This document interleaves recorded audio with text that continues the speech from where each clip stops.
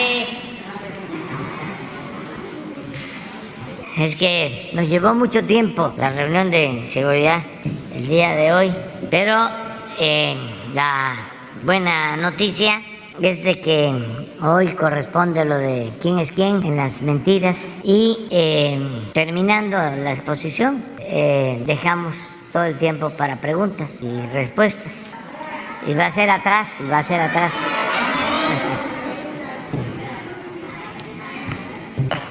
Buenos días, señor presidente, con su permiso. Este es el quién es quién en las mentiras de la semana del 27 de julio del 2022. Esta sección va a ser muy breve porque traemos una mentira y una buena noticia. Podemos pasar la primera, que es el bache en la pista de lo que tuvo mayor cobertura, con falsedades, por supuesto, en varios medios de comunicación.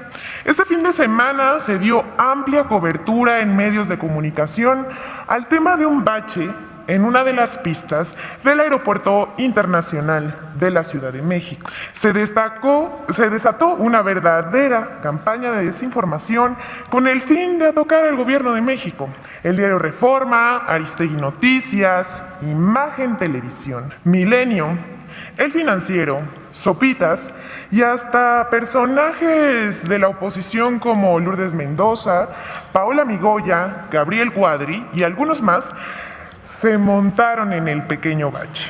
Durante 10 horas que duró cerrada la pista, armaron un escándalo diciendo que todo era culpa de haber cancelado el aeropuerto de Texcoco. Lo que casi no se habla es que la Terminal 2 del Aeropuerto Internacional de la Ciudad de México se está hundiendo. Presenta problemas estructurales desde su construcción en tiempos de Vicente Fox Quesada y se está preparando un proyecto para reparar. Aquí vemos la cobertura de los medios. Y bueno, para finalizar, les dijimos que iba a ser breve, tenemos una mentira y una buena noticia. De esas que casi no se divulgan mucho. La agencia Bloomberg, dedicada a asuntos financieros, publicó un reportaje titulado "El superpeso de México sorprende a los inversionistas que habían apostado por la eliminación. México seguirá en ascenso a costa de China. Es el comienzo de un cambio". Dice Bloomberg, en medio de la carnicería de las monedas de los mercados emergentes este año, ha habido un valor atípico sorprendentemente resistente, el peso mexicano. Se ha mantenido ya que casi todos los pares sucumbieron al incesante impulso alcista del dólar, con un rendimiento superior tan marcado que algunos analistas han decidido llamarlo el superpeso. Parte de la fortaleza proviene de factores bastante típicos: una política fiscal estricta y aumentos a las tasas de interés. Pero otro factor clave son las expectativas de un cambio radical en el comercio mundial en los próximos años que podría generar un aumento en la inversión extranjera directa. México está atrayendo fábricas de China a medida que los salarios más altos y un aumento en los costos de transporte socavan lo que habían sido sus ventajas competitivas. Eso está empujando a las empresas a trasladar sus operaciones cerca de los Estados Unidos, el mercado más grande del mundo. Y con eso terminamos. ¿Es cuánto, señor presidente? Muchas gracias, Elizabeth. A ver, una, pero ya nos vamos. 2, allá, usted 3, 4, 5 y 6. Vamos a ver si se puede. Sí se dieron cuenta, ¿no? Es que después también, si yo menciono y se para quien no le toca la palabra, que está muy juntos se confunde. Pero yo creo que ustedes, entre ustedes mismos, ayúdense ahí. Buenos días, presidente. Nancy Flores, de la revista Contralínea. Presidente, preguntarle si su gobierno tiene algún plan para que ya la austeridad republicana sea una realidad en todas las áreas de gobierno, en todas las instituciones y en los tres poderes. Esto se lo consulto porque, bueno, el lunes ya nos presentaron quién es quién en los sueldos. Sin embargo, pues es una revisión muy somera la que se hizo por parte del titular de la Profeco.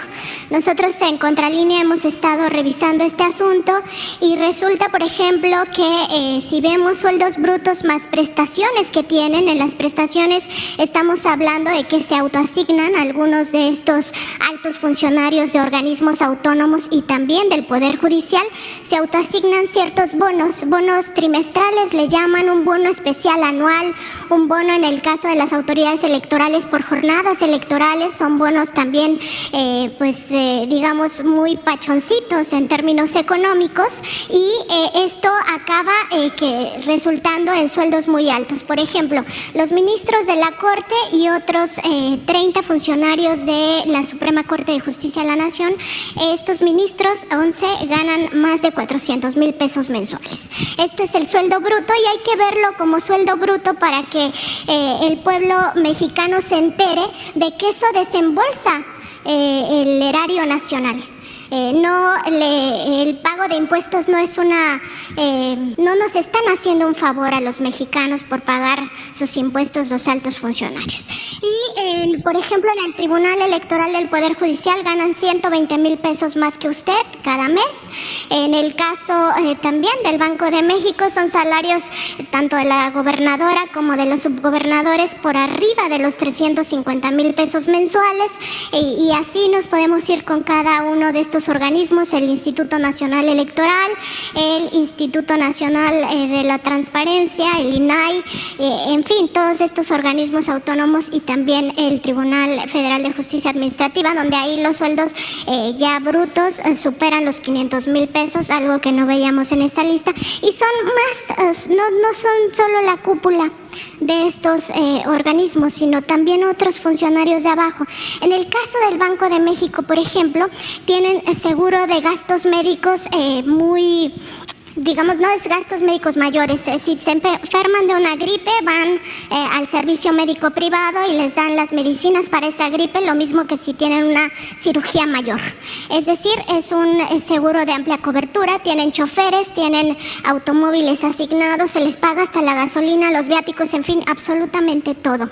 Y ahí hay que recordar en el Banco de México que tanto la gobernadora como los subgobernadores, cuando acaben este encargo, van a tener derecho a esta pensión vitalicia, algo que ya se había quitado a los expresidentes y que el expresidente Ernesto Zedillo lo sigue cobrando del Banco de México.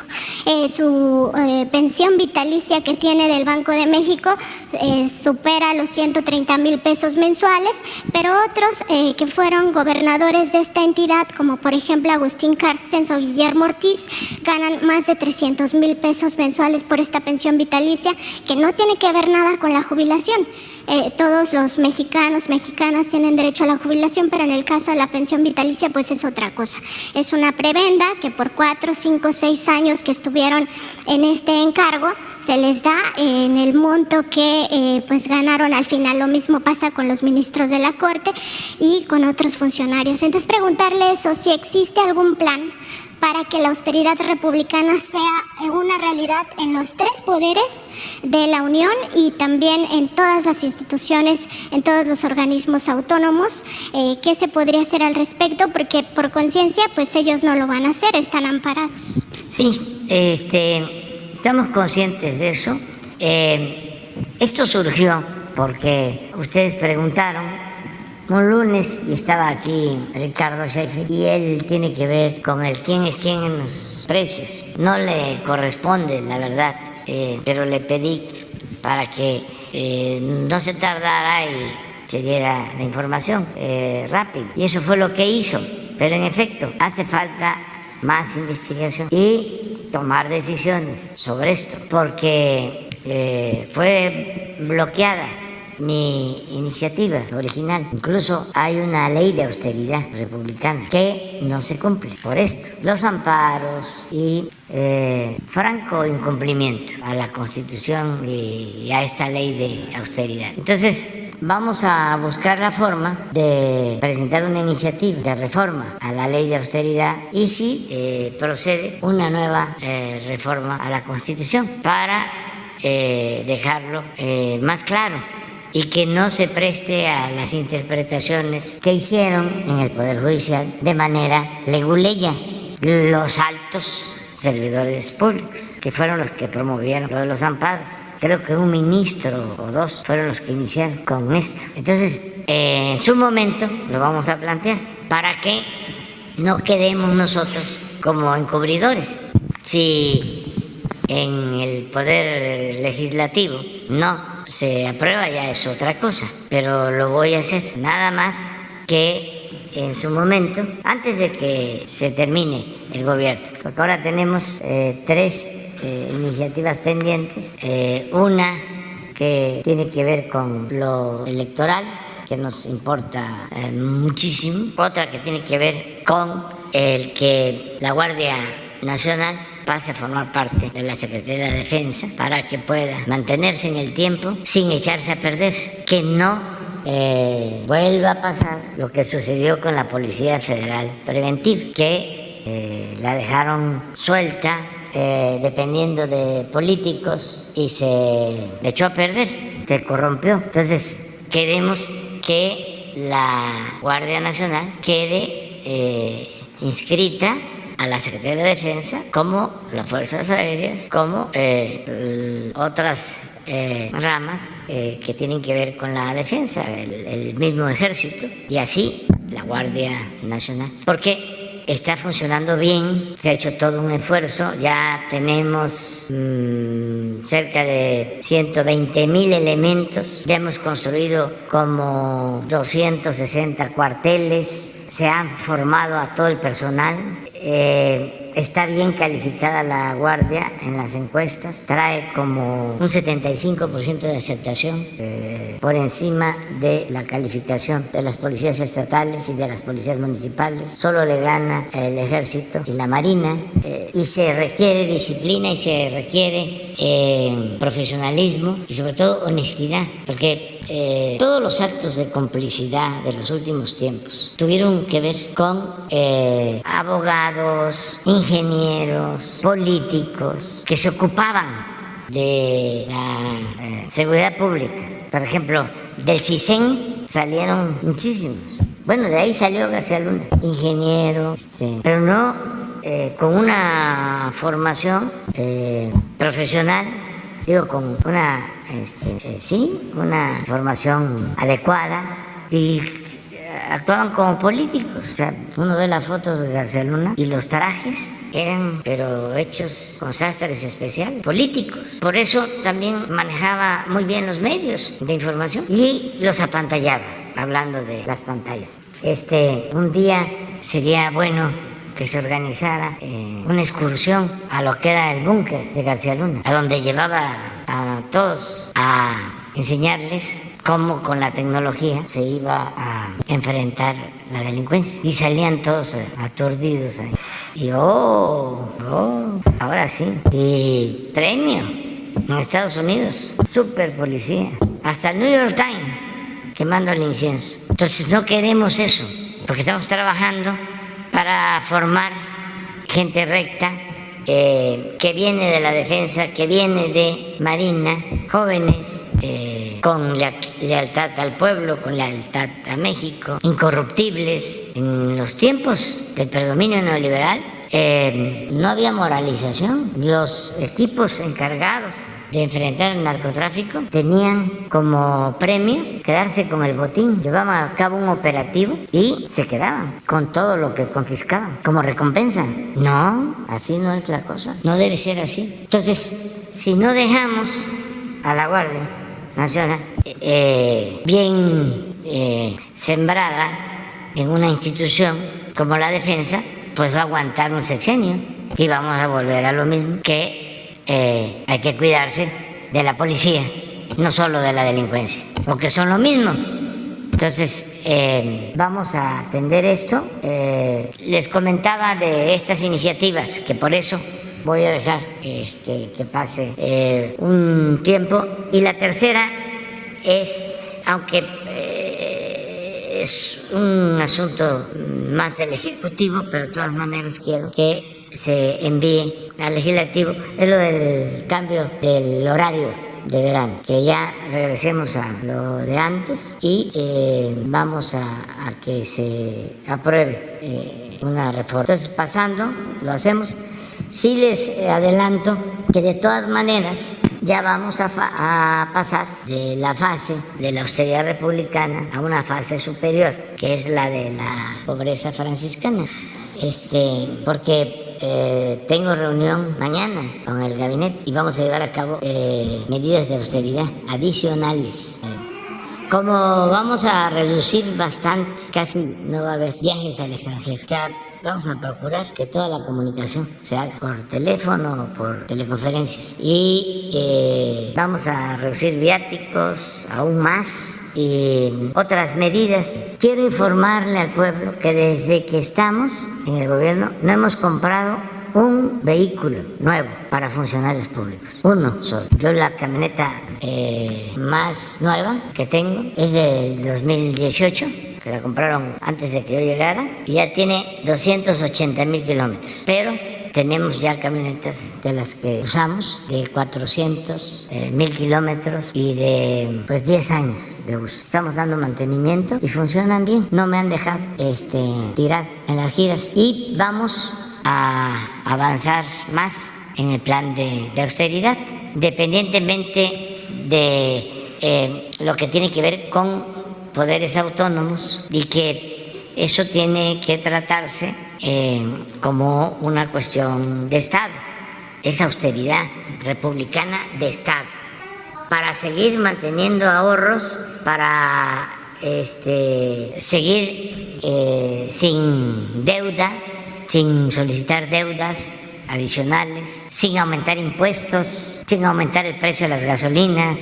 La fórmula es sencilla, es cero corrupción y austeridad, para liberar fondos al desarrollo, entregar recursos a la gente más necesitada. Ahorrar, presidente. Pues nos hemos ahorrado ya, podemos hacer la cuenta, pero ya podemos estar en el tiempo que llevamos con ahorros del orden de 2 billones de pesos. En general, les voy a poner un ejemplo, porque si no, no nos entendemos. ¿Por qué no pones el informe de hoy sobre huachicol? ¿Cuánto nos hemos ahorrado combatiendo el huachicol? Y luego les voy a dar otro dato. ¿Cuánto nos hemos ahorrado exigiendo a los grandes contribuyentes que paguen impuestos y prohibiendo la condonación de los impuestos? Debe de haber alguna... Este es el comportamiento. Incluso estamos ahora haciendo algo especial. Este era el promedio de lo que se robaban cuando entramos. En el promedio del 2018, 56,000 barriles diarios. Cuando llegamos, en noviembre, el promedio era 81,000 barriles diarios. Cuando entré, el 20, diciembre, el primero. Es del 1 al 20 de diciembre. ¿Mandé? Del 1 al 20, exactamente, 74. Aquí tomáis la decisión, el 23 de diciembre, aquí tomamos, y echamos a andar el operativo y cerramos ductos y entró el ejército. Del 1 de diciembre al 20 de junio, 215,950 millones de pesos. Nada más, les hablaba yo como de 2 billones, pues aquí es más del 10, solo en esta medida. 215,000 es lo que nos hemos ahorrado hasta el 30 de junio. Ahora, porque es importante recordar cuánto condonaron de impuestos a los grandes contribuyentes, Calderón y el presidente Peña. Nada más de condonación, porque habían muchos mecanismos por los cuales no pagaban o se les devolvían los impuestos. Las listas, aquí están, 121,000 a grandes contribuyentes se les devolvieron con Felipe Calderón y 244,000 millones con Peña. Y aquí están. Y tampoco es para culparlos, solo a ellos. La ley lo permitía, era legal Por eso, cuando se dieron cuenta de que iba en serio, ya era tarde. Me refiero al bloque conservador del Congreso, porque esto lo sacamos y todavía no estaban como ahora, que hay hasta huelga, no pasa, no dejan pasar nada. Pero esto sí lo logramos, la reforma al artículo 28 constitucional que prohíbe los monopolios y la condonación de impuestos y muchos otros ahorros. Esto del aeropuerto, ¿por qué les causa tanto coraje? Porque ojalá y revisen la información, porque luego se aturden, se obnubilan y ya es no en todo, se bloquean, no vuelven en sí, sino vuelven en no. Ayer que pusimos la foto de José Martín, alguien sin darse cuenta, a ver, ¿por qué no la pones? El Face dice que estaba yo más pequeño, estoy más pequeño que Francisco y Madero. Y era Martín. Pero es el coraje, pues. Eso es lo que pasa con lo del aeropuerto.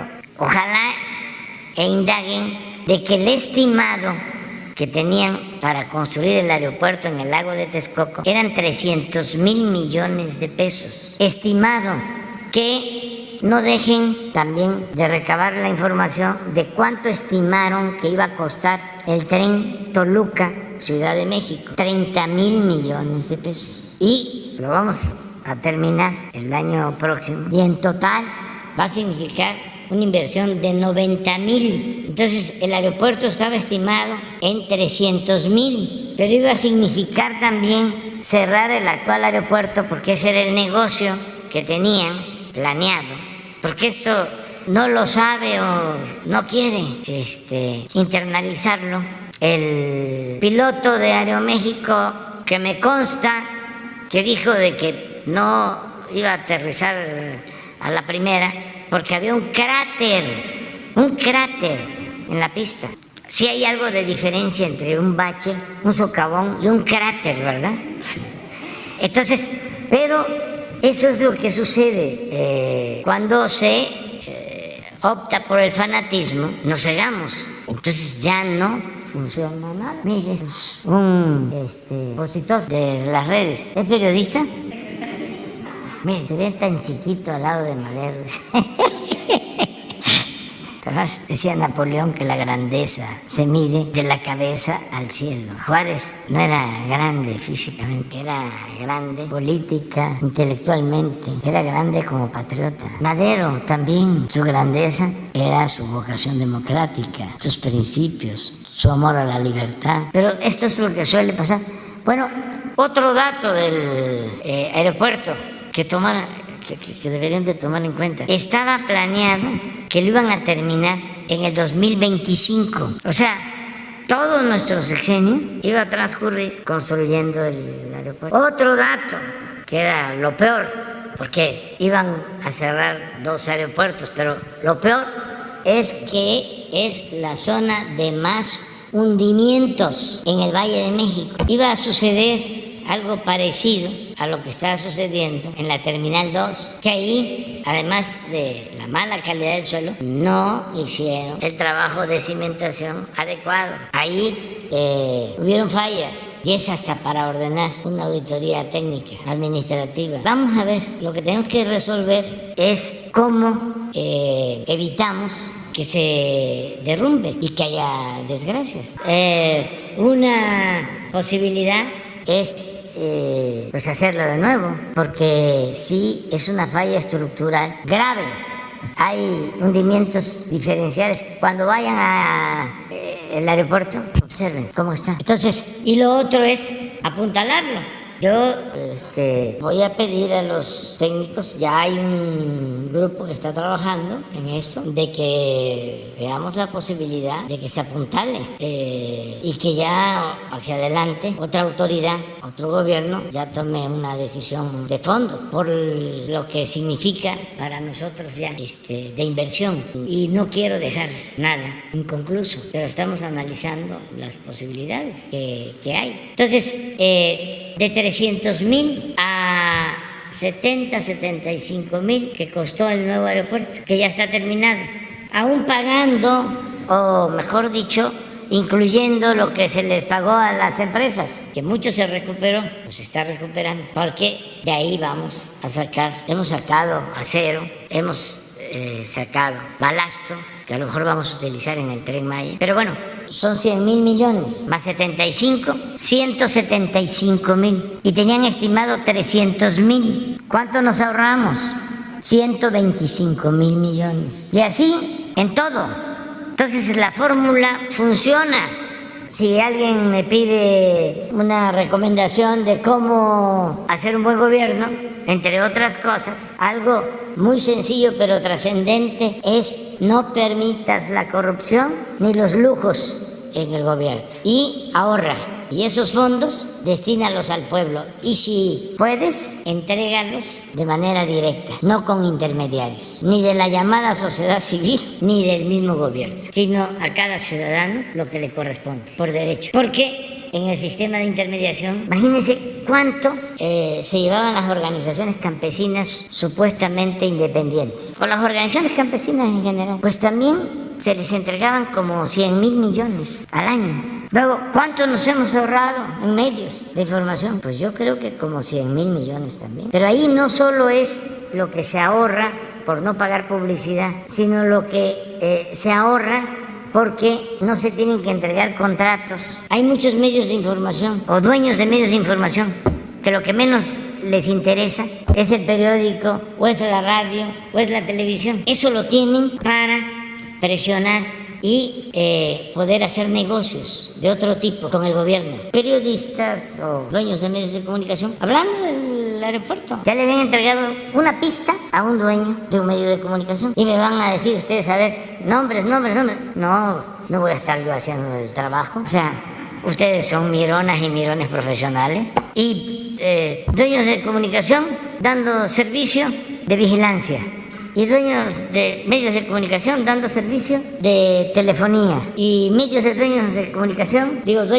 medios de comunicación administrando reclusorios, y dueños de medios de comunicación haciendo todo tipo de obras de proveeduría al gobierno, porque si no, se enojaban y habían campañas en contra. Y otros, los más conservadores, unos vinculados al gobierno de manera directa y otros triangulando como protectores de Iberdrola, de Odebrecht, de empresas monopólicas. ¿Y de dónde reciben su financiamiento? De esas empresas, que las defienden más que a nada. Por eso, ¿quién defiende al pueblo en los medios? O sea, es muy bueno ese debate.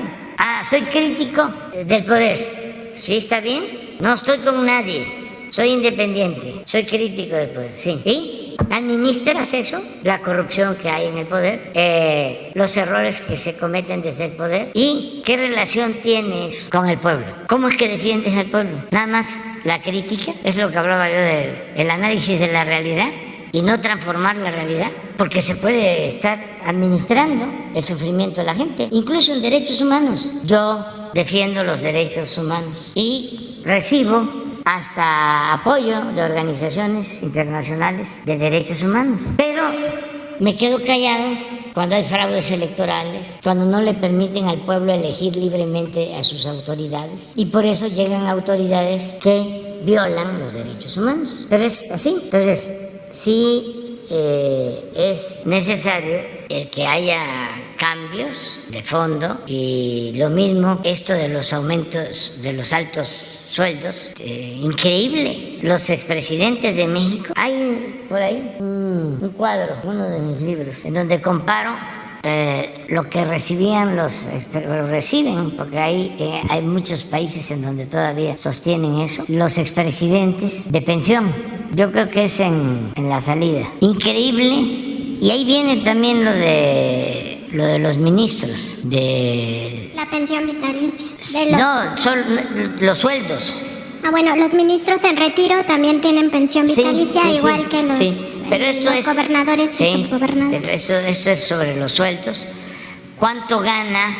Así era hace 5 años. ¿Cuánto ganaba un expresidente, un ministro, un diputado, un senador en los países? Y México estaba en primer lugar. Todo eso ha ido cambiando, pero hace falta hacer una revisión. a fondo.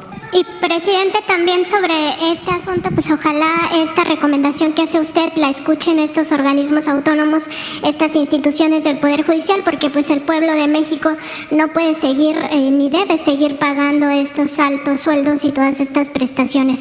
En un segundo tema, presidente, preguntarle, porque aquí también ayer se estaba dando cuenta de esta reducción de homicidios dolosos y tal vez usted recuerde que en marzo de 2011 50 directivos y dueños de medios de comunicación, en total fueron 700, firmaron un acuerdo, un pacto, le llamaron un decálogo para no hablar de la violencia en México. Estos medios de comunicación en aquel momento decían que no querían hacer apología de la delincuencia organizada ni apología de la violencia. En ese momento, pues periodistas, opinadores y reporteros se ciñeron a estas políticas. Algunos medios nos mantuvimos fuera de ese pacto y en ese pacto lo que se hacía en realidad pues era no retratar lo que estaba ocurriendo en México. Era un pacto de silencio, era un pacto de censura en el cual no se hablaba de la peor crisis humanitaria en la que nos había metido Felipe Calderón Hinojosa. En aquel momento también quien estaba al frente de la Secretaría de Seguridad pues era Genaro García Luna. Estábamos viendo ya una crisis de dimensiones terribles, con matanzas pues de muchas personas, también con estos descabezados, con incluso estos colgados en puentes, cosas que nunca habíamos vivido, ¿no? El cártel de los Zetas pues estaba siendo digamos que el más sanguinario en la historia de México. Cosas terribles, ¿no? Lo de los propios migrantes, cómo eran asesinados por estos criminales. Y lo que se hacía en aquel momento era ocultar esa verdad, ocultar esa realidad que existía, diciendo que no querían hacer apología de estos crímenes y de la violencia. Ahora hacen lo contrario, presidente, no sé si usted se ha dado cuenta, maximizan estas noticias, estas notas rojas, pareciera que solo se dedican a la nota roja, de manera permanente están repitiendo y repitiendo estas noticias de homicidios dolosos, estas noticias de algunas matanzas, como si estuviéramos en aquel momento y no estamos en aquel momento. Usted decía ayer que estábamos viendo una buena noticia con esta reducción ya de homicidios dolosos. Y en este discurso, en esta narrativa de querer decirnos que estamos peor que antes, que estamos peor que en el sexenio de Felipe Calderón, pues también indican que estamos en un momento de mucha violencia y que no hay un control de parte del gobierno federal, que no hay un control del Estado, sin ver, por ejemplo, las responsabilidades de los otros gobiernos, porque hay crímenes del orden federal y también crímenes del orden común, del fuero común, y en ese sentido todo le achacan al gobierno federal. Preguntarle su opinión, presidente, sobre aquel silencio que se guardó en la prensa mexicana, que se guardó a partir de este decálogo donde no querían hacer apología de la violencia, y ahora, por el contrario, hacen apología de la violencia sin ver las responsabilidades de los gobiernos estatales, de los gobiernos municipales, del PRI, del PAN, del PRD, de Morena, que están, que tienen responsabilidad sobre esta circunstancia y que deben garantizar la seguridad de los mexicanos y de las mexicanas, y esta narrativa de que estamos peor que antes, cuando en realidad en aquel momento lo que hacían era allanar el camino para las elecciones de 2012, que no se viera la crisis en la que estábamos metidos. Sí, era una prensa, medios de información completamente entregada al régimen de corrupción, de injusticias, de privilegios. Ayer decía yo, citando a Tolstoy, que un gobierno que no representa al pueblo, que no atiende al pueblo, no es más que una banda de malhechores. Y eso era lo que había, una banda de malhechores en el gobierno. Eso sí, de cuello blanco y bien conformada con los jefes de arriba, sus representantes. Por ejemplo, ellos dominaban el ejecutivo, el legislativo y el judicial, los tres poderes. Imagínense, y puede ser que lo encuentres lo más pronto posible también. Hago una relatoría en uno de mis libros sobre las reformas constitucionales que hicieron, todas a favor de una minoría rapaz, todas votadas por diputados y senadores al servicio de esa minoría, todas. A ver, les pregunto a ustedes, ¿qué reforma recuerdan que se haya hecho en el periodo neoliberal en beneficio del pueblo? Se los dejo de tarea. ¿Y cuántas reformas hicieron en contra del pueblo? Todas. Quitaron prestaciones salariales, quitaron prestaciones en general, permitieron la corrupción, aumentaron los impuestos, entregaron concesiones para la explotación del petróleo, privatizaron en buena medida la educación, la salud, convirtieron las deudas privadas en deuda pública, aumentaron el IVA, pero esto que sostengo de memoria está escrito, es parte de la análisis. Entonces, era un gobierno faccioso, en sentido estricto no era una democracia, era una oligarquía. Eso era lo que predominaba. Y hablaba yo de bien estructurado, un poco lo que sucedía en el porfiriato. Estaban los llamados hombres de negocios, en ese tiempo solo se hablaba de concesiones en las fiestas de la aristocracia, de las subvenciones, bonos. Esas eran las palabras más usadas en las reuniones. Lo mismo, control de diputados y de senadores. Y como había reelección, un diputado podía estar ahí 20 años. O lo pasaban de la Cámara de Diputados, como le pasó a mi paisano Manuel Sánchez Mármol, que su alumno Alfonso Reyes dice que lo pasaron de la Cámara de Diputados a la Cámara de Senadores, a un sillón, dice Alfonso Reyes. Más muelle, más cómodo. Y cuando despertó, ya estaba muerto. Porque ahí estuvieron todos aprobando. ¿Quién elegía? Porfirio mandaba las listas con las llamadas palomas mensajeras a los hombres fuertes. Ese mecanismo de que el presidente pone a los gobernadores, pone a los diputados, pone a los senadores y al sucesor. Eso se creó ahí. Y el gobernador hace lo mismo con presidentes municipales, con diputados locales y con el Congreso y con los tribunales superiores de justicia. Eso hasta la fecha. O sea, el Poder Judicial, en vez de ser autónomo, depende del Ejecutivo. Entonces, eso se creó. Bueno, los ministros de la Corte, les cuento algo de un ministro de la Corte, del que llegó a ser presidente de la Corte en la época de Porfirio Díaz, de apellido Sodi, en la época de Porfirio Díaz. No sé si sean familias, pero era un juez. Y de repente viene el levantamiento de los obreros en Cananea y los gobernadores y los hombres fuertes llegan a Cananea, se lleva a cabo la represión para defender al dueño de Cananea, de la mina, que era un estadounidense, Green, así como Graham Greene y como Carlos Greene, pero son otros. Era un militar, el dueño de la mina de Cananea, y tenía empleados extranjeros, desde luego que ganaban mucho más que los trabajadores mexicanos. Así era. Lo mismo pasaba en los ferrocarriles. Todos los trabajadores eran extranjeros y ganaban mucho más que los mexicanos. Entonces hubo esta rebelión y habían dirigentes magonistas.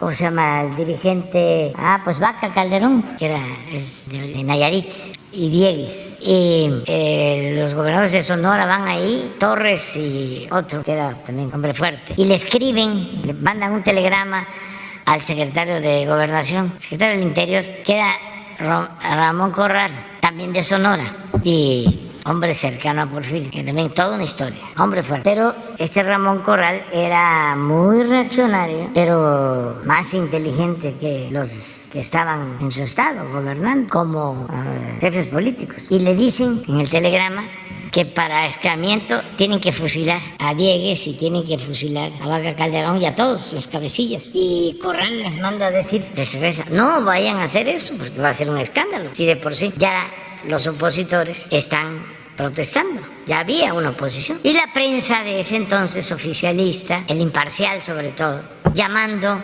a los dirigentes revoltosos, y no sé si entonces se usaba anarquistas, pero yo creo que también comunistas, nihilistas, populistas, ya, los editorialistas. Y entonces les dicen, no, va a ser un escándalo. Les voy a mandar un juez que se va a hacer cargo de todo. Y les mandó a Sodi. Y Sodi, pues, los condenó. Y de Sonora a San Juan de Ulúa. Y se estuvieron presos hasta que triunfó el movimiento maderista. 5 años en San Juan de Ulúa, 6. Y ahí pasa el tiempo y a Sodi lo van ascendiendo y llega a ser presidente de la Corte.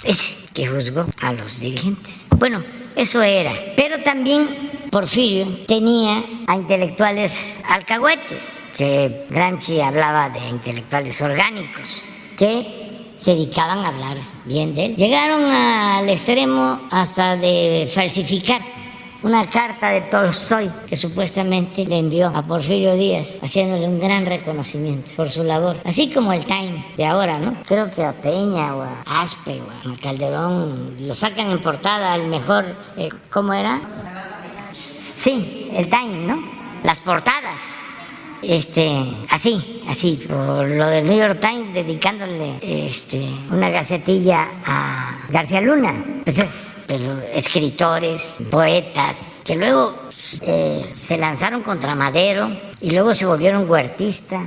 Por eso me encanta, admiro a Elena Garro, de los pocos que escribieron sobre eso, sobre ese servilismo de los intelectuales, en la época de Porfirio y sobre todo en la época de Huerta, después de que habían asesinado a Madero. Y luego viene la prensa, ¿sí? Entonces son capas.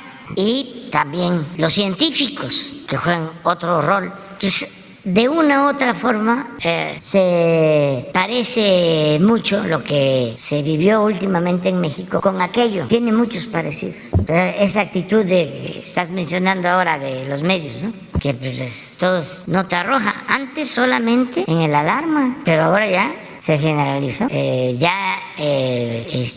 No hay. Y no es nuevo, lo que pasa es que ahora sí se hace más evidente, pero durante mucho tiempo los medios sometidos. Yo tengo, por ejemplo, mucha extrañeza, me llama la atención, que Calles era el hombre fuerte, el maximato, impone a 3 presidentes, de una u otra forma está de acuerdo en que llegue de candidato el presidente Cárdenas, nada más que pues, el presidente ya Cárdenas pinta su raya y viene la ruptura, ya lo que ya sabemos, pero Calles fue muy fuerte, un poco era el papel que quería jugar Salinas, un maximato. Por eso creó el llamado Grupo Compacto y le entregó los bienes de la nación a sus allegados. Y se conformó una nueva oligarquía en México, porque pensó de que iba a seguir él mandando. Pero miren lo que sucedió con Zedillo. Yo creo que si Salinas desprecia a alguien, yo no estoy ahí, pero en los primeros lugares, pero no tengo duda de que le tiene muchísimo coraje a Zedillo, porque no contaba con lo que iba a suceder, de que Zedillo se le iba a voltear y Salinas lo considera un traidor. Pero el proyecto era hacia adelante. Y sí continuó el salinismo como política, porque siguieron entregando los bienes. O sea, Zedillo fue el del Fobaproa, pero lo pudo haber hecho Salinas. Y Zedillo fue el de los ferrocarriles. Y no lo hizo Salinas porque no le dio tiempo. Salinas le dio tiempo de los bancos, le dio tiempo de las empresas de telecomunicación, pero ahí empezó el salinismo como política y continuó con Fox y continuó con Calderón hasta Peña. Nada más que él imaginaba que pues iba a ser más cómodo, más sencillo, ¿no? Y no contaba con lo de Zedillo, que mete a la cárcel a su hermano y se lanza en contra. ¿Qué pasa con la prensa en ese entonces? Todos alineados. Yo recuerdo que había estado con Salinas Héctor Aguilar Camín, cercano, pero cae en desgracia por el pleito con Zedillo Salinas, y Héctor Aguilar Camín se vuelve zedillista y niega a Salinas. Y ahí se dan a conocer los cheques. Y ahí se dan a conocer cosas, ¿sí? Pero lo mismo sucede cuando quiere regresar del exilio, Salinas, a presentar un libro, y una semana antes, unos días antes de la presentación, salen unas llamadas telefónicas de su hermano, de Salinas, con su hermana, en Televisa, en la noche, creo que Joaquín López Dóriga, o sea, y ya no, ahora sí que se suspendió la presentación del libro.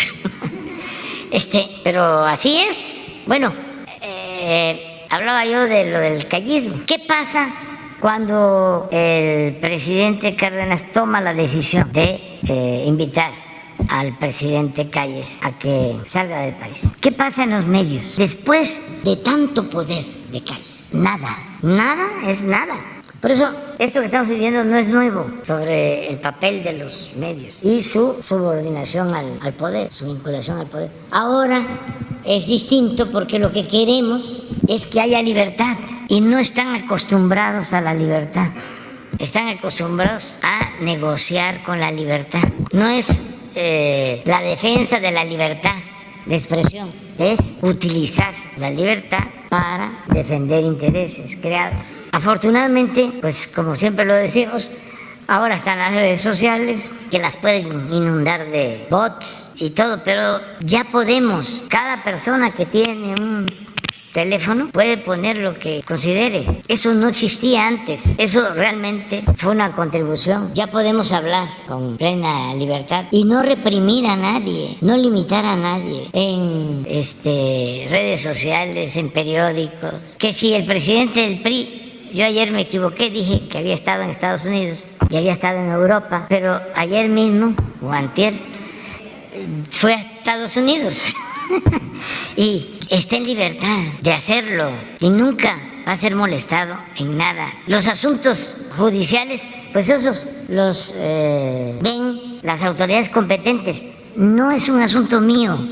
Yo cuido de que nadie sea perseguido, maltratado. Siempre he dicho, no es mi fuerte la venganza, no odio. Yo estoy contribuyendo, como muchos, a que limpiemos de corrupción nuestro país, que se purifique la vida pública de México. Eso es lo que estoy haciendo. Ahora que la primera vez que regresó de Europa, pues hay una orden en migración de una denuncia presentada por la Fiscalía de Campeche y, de acuerdo a la ley, tienen que hacerle algunas preguntas. Incluso firman lo que contestan. Y él firmó la primera vez y le llevaron, primera llamada, le llevaron el documento, lo vio, lo firmó, dijo que estaba bien. Ahora, ayer, me entregaron el informe de lo que sucedió. Lo mismo, creo que tardó 20 minutos. Y habían 3 abogados, incluso el agente que lo atendió, o quienes lo atendieron, se quejaron de la prepotencia de los abogados, de insultos y todo, y se portaron pues de manera responsable, no cayeron en ninguna provocación. Pero no hay que reprimir, perseguir, censurar a nadie, y no pasa absolutamente nada, nada.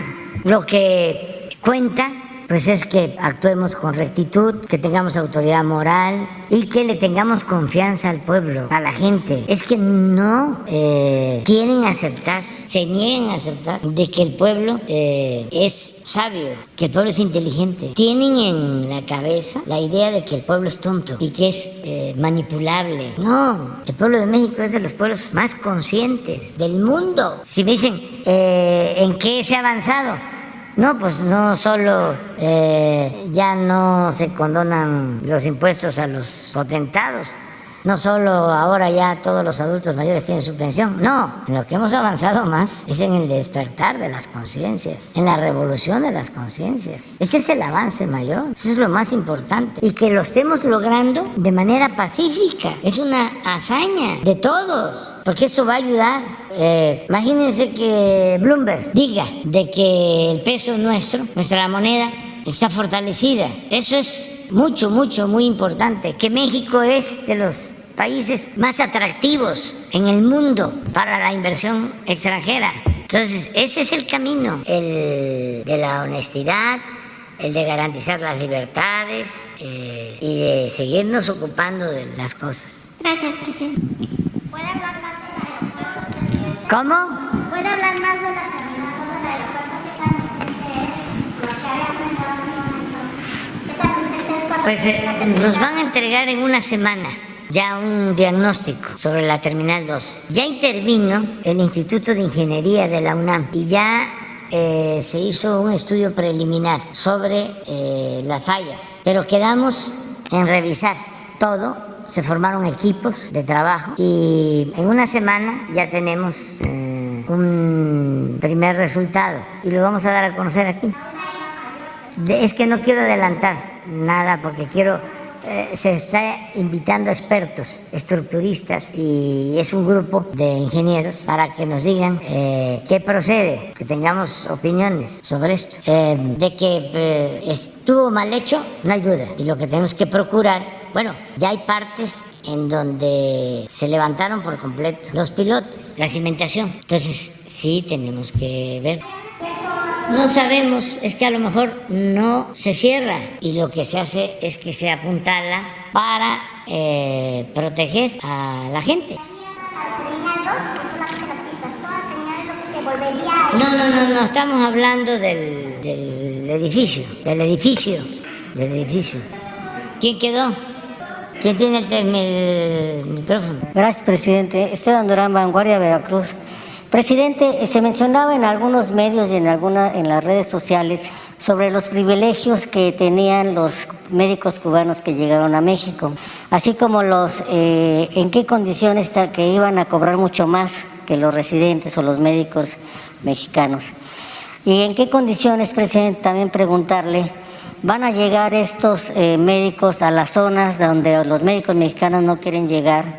¿Va a haber algún cuidado especial respecto con la Guardia Nacional que los esté vigilando, que los esté cuidando, puesto que estas zonas son de alto riesgo por el crimen organizado y en las cuales pues, los médicos pues se han estado quejando igualmente por esta situación? Incluso todavía ha habido algunas manifestaciones al respecto. Pero aclarar esta situación, presidente, si efectivamente estos médicos cubanos gozan de estos privilegios que los mexicanos no. Van a ganar lo mismo que ganan los médicos mexicanos y van a tener la protección que tienen los mexicanos, que tenemos los mexicanos. A todos tenemos que protegerlos, sean mexicanos o sean extranjeros. Y sí es de mucha ayuda porque necesitamos los médicos, los generales y los especialistas. Ya casi estamos al 100 en Nayarit, que es el primer estado. No tienes la lámina de Nayarit, nada más. Pero aún ahí, en Nayarit, en caso de especialistas estamos en el 79%, 78%. Médicos generales y ya 100%. En medicamentos 94%. En toda la estructura. Y vamos a seguir con Tlaxcala y Colima. Sí. Hospitales 12. Esto quiere decir que están equipados. Tienen quirófanos, porque habían casos. Fui a Rosa Morada y funcionaba un quirófano. Y hay 2 funcionando. Hay problemas hasta de aires acondicionados en los hospitales, en quirófanos. Realmente mucho abandono. Estas son las 3 unidades de tercer nivel, hospitales de especialidades, básicamente en Tepic. Y estos son centros de salud en todo el estado. Si no me equivoco, Nayarit tiene 20 municipios, pero a ver, son los centros de salud de los pueblos, de las comunidades, 20. ¿Sí? Médicos especialistas tenemos 75, 467 de 620. Y el propósito es tenerlos todos, porque esto implica tener médicos todo el tiempo, todos los turnos, fines de semana. Por eso estamos hablando de un modelo de salud ejemplar. Es mi compromiso, es el compromiso del gobierno que represento. Y nos están ayudando también los médicos y las enfermeras. Y desde luego la gente. Ahí en el hospital de Rosa Morada hay un consejo ciudadano. Y me dio mucho gusto que me encontré a un señor en un escritorio afuera, no del hospital, sino en la sala. Ahí su escritorio, y tiene una figura que se llama como supervisor ciudadano y es voluntario y está ahí para vigilar de que atiendan bien a los pacientes. Para eso está. Es un supervisor de los ciudadanos y así queremos en todos los hospitales. Por eso hablo de la participación de la gente. En basificación esto es muy importante, 99%, sus bases. Heredamos el gobierno con cerca de 90,000 trabajadores de la salud contratados de manera eventual y algunos llevaban años y ya tienen su base. Capacitados 100% en segundo nivel de atención y 75% en el primer nivel. El primer nivel son los centros de salud. Esto es lo que se invirtió pues en reparaciones, en pintura, porque muchos abandonados, abasto de medicamentos, recetas. Estuve en la farmacia del hospital. ¿Se cuenta con la suficiente infraestructura y medicamentos y aditamentos para que estos médicos puedan trabajar? Aquí, en Nayarit. Este es el resultado. No puedo decir lo mismo de otros estados, porque estamos empezando. Este es el primer estado que queremos tener, como se dice coloquialmente, al 100. ¿Y en cuánto tiempo y en qué otras regiones se tendrá al 100, presidente? Este fin de semana voy a la supervisión del Tren Maya. La siguiente semana voy a hacer lo mismo que hice en Nayarit, en Tlaxcala y en Colima. Van a estar al 100. Vamos a tener 3 estados. Ya. Esto se hace con acuerdos con los gobernadores, gobernadoras y con todo el personal, porque hay mucha desconfianza, porque este es un sistema federalizado, es IMSS Bienestar, Salud Bienestar. Y los que llevan 5, 10 años, 15 años trabajando en el sistema de salud en un estado, tienen preocupación de si se va a respetar su antigüedad, sus sueldos, y todo eso se ha ido resolviendo y ya la basificación les da mucha confianza, mucha tranquilidad. Y no se va a despedir a nadie. Okay. Tuvimos problemas en Nayarit ahora con 70 trabajadores, pero no de este programa, sino de otro programa, y piden ellos que sean también contratados y se les va a contratar. Lo único que les planteamos es de que se va a revisar qué es lo que ellos hacen. Su mayoría no son médicos ni son enfermeras, son trabajadores administrativos, merecen ser atendidos, pero había también la mala práctica de que se tenía personal que cobraba sin trabajar. Aviadores. Entonces estamos limpiando eso. Y luego los comisionados que tenían los sindicatos, que también cobraban y cobraban muchísimo y no trabajaban. Y sí, de acuerdo al contrato, hay un número determinado de trabajadores que sí lleva a cabo una labor sindical, tiene que tener una comisión. Bien. Pero habían más comisionados de los que establece la ley. Ese es el abasto. Ya se tiene el mecanismo de control de insumos, 1.942 equipos habilitados, 100 piezas de mobiliario, 300 equipos médicos en 98 centros de salud, 15 hospitales, y así, estado por estado. Es también voluntario. A mí me dio mucho gusto que empezáramos en Nayarit porque el gobernador es médico y siempre hay la tentación, hasta por deformación profesional, de que si soy médico, ¿cómo voy yo a permitir la federalización de la salud? Yo tengo que manejar la salud. Si soy médico, pero además el doctor Navarro fue director de salud, delegado de salud, es un especialista en la materia. Pues fue el primero que aceptó la propuesta de decir, yo entrego, porque lo que hicieron antes fue descentralizar.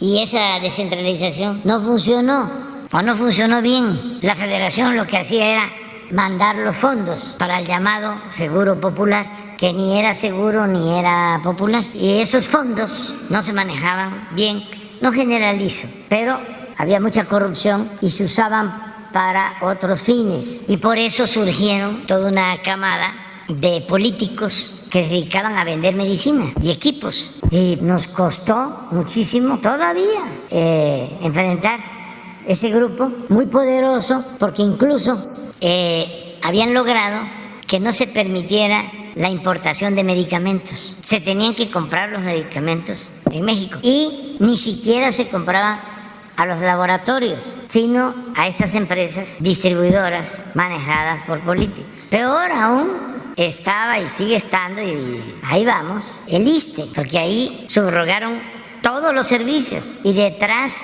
de las contrataciones de esos servicios están exfuncionarios públicos que estuvieron en el ISSSTE. Pero bueno, a tu pregunta, con algunos médicos cubanos, que les agradecemos mucho, vamos a terminar de cubrir en todos los estados.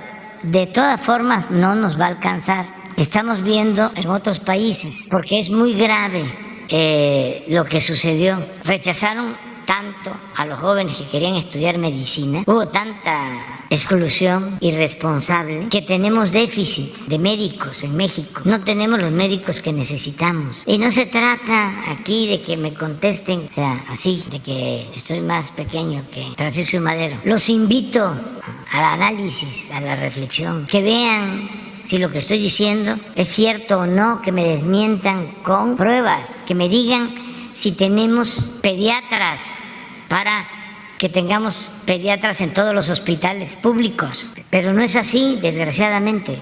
Entonces, estamos abriendo escuelas de medicina, de enfermería en todo el país. Debemos de tener abiertas como 40 en las zonas más apartadas. Y ampliamos, porque aunque parezca increíble, no solo no les importaba que se especializaran los médicos, sino los médicos, algunos ya especializados, no querían que se aumentara el número de especialistas. Entonces, había posibilidad y también que se informen para que me contesten. Tenían oportunidad 10,000, ahora hay 20,000 espacios, el doble. Y tenemos un programa de becas para especializarse en el extranjero, porque aún con todo lo que estamos haciendo, como es mucho el déficit, cuando termine nuestro gobierno no vamos a tener el 100, se va a necesitar más tiempo. Todo ese fue el daño que causó la política neoliberal, entre otras cosas. Y eso es lo que tenemos que debatir, a ver cómo lo justifican, cómo lo explican. Gracias, presidente. En otro tema, ¿cómo va lo de la información con la supuesta corrupción y supuesto desfalco en Segalmex? Un desfalco de 9,000 millones de pesos, presidente. Ya se está investigando eso. ¿Sabremos quiénes son los responsables de este desfalco y cómo se va a corregir todo esto en Segalmex, que pues afecta a millones de mexicanos igualmente, presidente? Hay una investigación del gobierno, hay denuncias desde hace más de un año. Están ya procesos abiertos en la Fiscalía General de la República y le voy a pedir al secretario de la Función Pública que venga y explique sobre este fraude y la forma en que se está actuando. Bien, presidente, gracias. Ya, finalmente, presidente, el huachicoleo continúa funcionando, pero ahora es huachicoleo de gas en el norte de la República. Esto acusan empresarios y distribuidores de gas del centro norte de Coahuila, en donde denuncian a Sergio Garza Vara y Gerardo García Castillo, expresidente municipal de Monclova, y también quienes son acusados de lavado de dinero, así como el huachicoleo en sus empresas. Se presume que este huachicoleo de gas lo obtienen en una planta de Pemex, allá en Cadereyta, Nuevo León, en la que se sospecha, entran y salen con grandes cantidades de gas. Pero además, presidente, estos personajes, como siempre sucede, se dicen protegidos por funcionarios, se dicen protegidos por la Secretaría de Energía, se dicen protegidos por el titular de Profeco. Y entonces estos empresarios gaseros ya presentaron las respectivas denuncias y demandan y piden que haya una revisión en ese sentido, pues para evitar esa competencia desleal, e igualmente que no se vean afectados los consumidores finales, presidente. Gracias. Sí, se está haciendo un trabajo de investigación. Qué bueno que das a conocer esta denuncia. Vamos a pedirle a Rocío Nale que profundice. Parte de las diferencias que tenemos con las empresas estadounidenses, no con todas, es porque también hay acusaciones de contrabando de combustible y se les cerraron. De contrabando de diésel, de gasolina, y no tengo información sobre gas, pero lo estamos viendo. Y no hay protección para nadie, cero impunidad, porque si no, no avanzamos. Si se protege a corruptos, no avanzamos. Y eso se sabe bien y no tenemos ahora elementos. Esto que mencionas de Segalmex se está investigando a fondo, se va a castigar a responsables. Empezó porque se descubrió de que un administrador puso dinero, no sé si de Diconsa o de Segalmex, sí, de Diconsa, en una financiera. Esa financiera ofrecía supuestamente más intereses. El que dinero del presupuesto vaya a una financiera ya es un delito. Eso no se puede hacer, ni con el pretexto de que van a obtener más rendimientos. No. Entonces se descubrió, luego se investigó la financiera y resulta que es una financiera que viene de tiempo atrás haciendo lo mismo, protegida, sin sustento económico. O sea, como lo de las cajas de ahorro, la misma. Entonces, ahí sí se pudo recuperar esa parte del dinero. Pero eso fue lo que llevó a hacer la investigación y se encontraron otras cosas. Y es lo que se está castigando. Ahora, esta caja de ahorro o esta financiera hizo lo mismo en otros casos. Y se está investigando porque no pueden estas financieras actuar sin el respaldo de un banco. Y si se encuentra que hay responsabilidad del banco, quien tiene que responder es el banco. Porque por lo general estas financieras no tienen nada, son puros negocios de papel. Sí, me las entregas. Y nos vemos mañana, ¿no?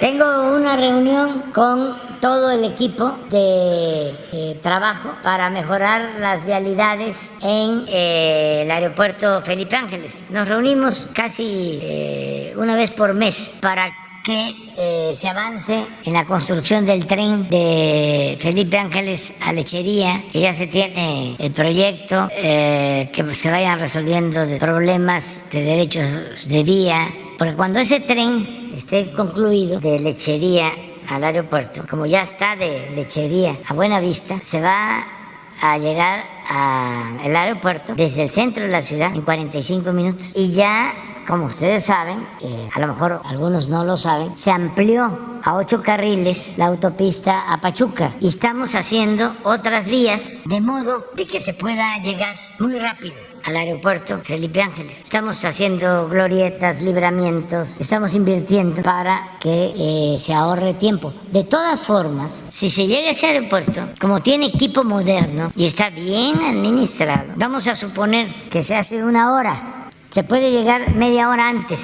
de tomar el vuelo, porque en 15 minutos se despacha. Es lo más eficiente que hay. Lo que puedan perder de tiempo en llegar, lo ahorran en el trámite que se hace. Hace falta explicar todo esto y además, como es tanta la avalancha en contra, pues a veces no da tiempo y como que también ayuda a que se den estas campañas, estas lanzadas para ver cómo actúa la gente.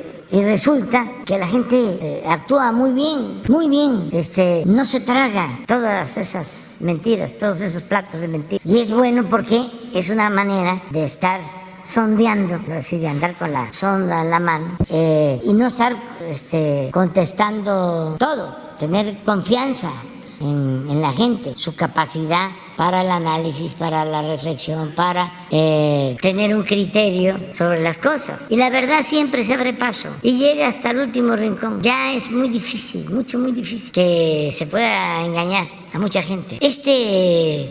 Piloto, que estando yo ahí, porque sí lo sabía, habla y dice, y me está escuchando, se lo van a decir. Y los otros pasajeros que venían, que me dijo del cráter, estoy casi seguro, pero más lo respeto, estoy seguro de que es simpatizante del conservadurismo.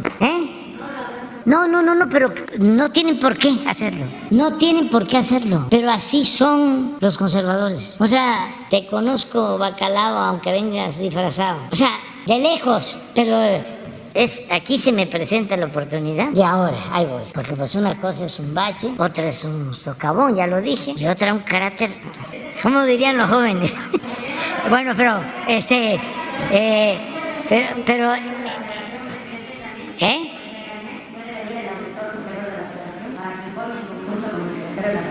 Primero el de la función pública, porque ese es otro poder, ¿sí? Lo que nos corresponde a nosotros.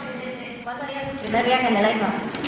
Pues cuando yo pueda, es que ahí se están mudando poco a poco los de las empresas y no queremos forzar a nadie, o sea, no los queremos tocar ni con el pétalo de una rosa, porque vamos muy bien. O sea, imagínense qué hacemos con meter a una oficina al presidente del PRI y tenerlo ahí 1 hora, 2 horas.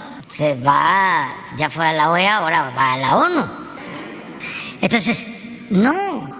En Estados Unidos, les voy a contar algo, hacen listas negras, ¿sí? Porque ya no. Y los que participaban en los movimientos de Liberación Nacional y todo. Hacían un viaje y al cuartito, de ahí buscaban. Ya eso ya no lo hacen. Pero a mí me lo hicieron, no porque estuviese en una lista negra, sino porque cuando entró el presidente Trump, que adelanto a decir que cuando me tocó hablar con él, tratar con él, llevamos una muy buena relación, porque fue respetuoso con México en el tiempo que estuve y con el gobierno. Antes no, sobre todo en su campaña. Para política es tiempo y son circunstancias. Entonces, cuando él inicia campaña, que hay que estar ahora muy pendientes, porque siempre sacan el racismo y la discriminación y se lanzan contra migrantes y se lanzan contra México, porque ellos apuestan a que eso les da votos. Yo sostengo de que están equivocados y cada vez quien haga eso va a recibir menos votos, porque además nosotros desde aquí, ya lo dijimos, vamos a estar en contra del maltrato a nuestros paisanos y vamos a aplicar, lo he dicho, lo de la frase de la canción de Rubén Blades, se la vamos a mandar a decir, o les vamos a mandar a decir a nuestros paisanos, que el que no quiere a su patria no quiere a su madre, para que el que hable mal de México sepa que no nos gusta y que tienen que aprender a respetarnos, el que hable mal de los mexicanos. Bueno, al principio los asesores del presidente Trump pues le recomendaron ese discurso, incluso lo del muro y todo lo demás. Durante el tiempo que estuvo de presidente y yo también de presidente, en 2 ocasiones usó la palabra muro frente a mí. 2. Una por teléfono y otra ya en una cena que no estaban los medios, porque fui a Washington, tuvimos actos y el compromiso fue muro no, porque si se toca el muro, el tema del muro, voy a responder. Y si nos vamos a enfrentar, ¿para qué voy? Ni a ustedes ni a nosotros nos conviene el pleito. Entonces hubo el acuerdo de que no se hablara del muro. Ya cuando terminamos y ya viene la cena, como es él, ya dice, ya terminamos. Ahora sí puedo hablar del muro. Ya se ríen ya todos. Pero además 2 ocasiones. Bueno, cuando ya era presidente y yo ni siquiera era candidato, pero él empieza con esa campaña, yo decidí ir a Estados Unidos a apoyar a los paisanos. Y estuve en varias ciudades. Estuve en El Paso, estuve desde luego en Los Ángeles, estuve en Nueva York, Chicago, en Laredo, en varias ciudades. Y ya nada más me quedaba una. Y entraba yo sin ningún problema y hablaba en las plazas en defensa de nuestros paisanos y cuestionaba fuerte esa política anti-mexicana, anti-migrante. Y ya me toca el último acto en San Francisco. Y San Francisco es de las ciudades santuario, de las ciudades de mayor libertad, con más respeto a los derechos humanos, con más respeto a todo. Una ciudad muy igualitaria. Bueno, pues ahí llego y ya me estaban esperando ahí, a la oficina. Y como no hablo inglés, trajeron a un traductor. Pero ya estoy en la oficina. Ya sabían todo, a qué iba yo. Pues ya era el último acto y estaba el traductor. ¿Y a qué viene? Le digo, a un meeting. Estoy invitado a la plaza. ¿Y de qué va a hablar? Pues voy a hablar en contra de la política del presidente y del maltrato a los migrantes. ¿Y va a criticar al presidente? Sí, poquito. Y ya se ríen, ya pasé, sin problema. Eso hablando de las aduanas, que por cierto, los que han viajado lo saben, son especiales los que trabajan en las aduanas, todo el mundo, casi son muy parecidos. Entonces nosotros no vamos a reprimir a nadie. Eso quiero dejarlo ya claro, que todo el mundo se exprese, se manifieste. Este es un santuario de libertades, este país. Nadie va a ser censurado, nadie reprimido, nadie, absolutamente. Y vamos a proteger a todos. Y a nuestros adversarios, darles todas las garantías. A Pedro Ferriz, que ya rompió con Frena, a todos. Con Pedro Ferriz tenemos diferencias desde hace 20 años o más, que tenemos diferencias. A ver, desde que fui candidato a presidente de un partido en 1996, que él apoyaba a otro candidato y entonces a mí me maltrataba porque él tenía otro candidato y no era él estaba a favor del ingeniero Eberto, el finado Eberto, extraordinario, el ingeniero Eberto Castillo, consecuente, tan bueno, que hizo provocar la ira de Díaz Ordaz. En las memorias de Díaz Ordaz, que la familia le entregó a Krause, los borradores, se habla de que Díaz Ordaz le decía al ingeniero Eberto el presidentito, porque en el autoritarismo del presidente Díaz Ordaz le molestaba de que el ingeniero Eberto dio el grito de independencia en la ciudad universitaria y decía el presidentito. Bueno, de primera, el ingeniero Eberto. Bueno, pues una personalidad, un hombre íntegro y todo. Como a mí no me quería, Ferris, supuestamente él era seguidor del ingeniero Eberto, pero era en contra mía. Pero eso les hablo es 96. ¿Cuántos años llevo? 26. O sea, ya llovió. Entonces, pero aún así, pues merece respeto como todos. Y tenemos diferencias. Y qué bueno que tenemos diferencias. Es que no todos podemos pensar de la misma manera. Y en un proceso de transformación, imagínense, no hay término medio. Como decía Juan Álvarez, esta ancheta está muy angosta. No hay ni para dónde hacerse. Aquí es de definición. Son tiempos de definición. Entonces, se la pasaban fingiendo que eran independientes, que eran de la sociedad civil, que no tenían partido. Y ahora pues las circunstancias llevan a la definición. Lo mismo lo del periodismo, vamos a decirle revolucionario o militante, aunque pueda sonar ofensivo, pues siempre ha existido en los movimientos. Hay periodistas que se asumen, hablaba yo de Zarco, pues estuvo en favor del movimiento de reforma, fue diputado de los que aprobaron la Constitución de 1857 y un gran periodista. No se quedó al margen y como no era conservador, pues se adhirió y apoyó el movimiento de reforma y ayudó también en el movimiento contra la intervención francesa. Y Guillermo Prieto igual, y Riva Palacio, y muchos. Siempre ha existido ese periodismo y ha existido también el periodismo de derecha. Cuando no son tiempos de transformación, que son tiempos estelares como el que estamos viviendo, cuando todo es plano, cuando no se mueve nada, pues entonces no hay problema, no hay necesidad de definirse, se puede engañar, se puede simular, se puede decir soy liberal, pero en realidad se es conservador. Decía Melchor Ocampo también en la transformación, dice los moderados, que vienen siendo los de la sociedad civil, los independientes, los que no toman partido. Decía Melchor Ocampo, los moderados no son más que conservadores más despiertos. Entonces, eso es lo que está sucediendo en nuestro país, pero es importantísimo. Y no agredirnos, no pelearnos. Los debates en las redes, cuando los veo, hay un compañero que voy a tratar, es que se me olvidan sus nombres. Ese ya lo mencioné aquí, es bueno, pero hay otros, antier y ayer, casi todo el día, un debate muy bueno. Mañana me comprometo a traer su nombre. No sé si sea su nombre o su seudónimo. Hay una señora que está enferma, no Beatriz, la de Sonora, sino otra señora, que sale con un sombrero, que es también, No, esa es, sí, esa también la veo. ¿Es Mol? No, aparte la señora, pero él es muy bueno. Ya lo voy a perjudicar, pero ni modo. Sí, muy inteligente. O sea, sabe argumenta.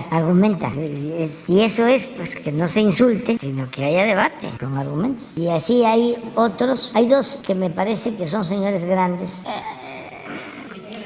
Él es muy bueno. Sí. A ver si mañana pone. Y hay otro, el que acaba de escribir un libro sobre, Ramiro Padilla.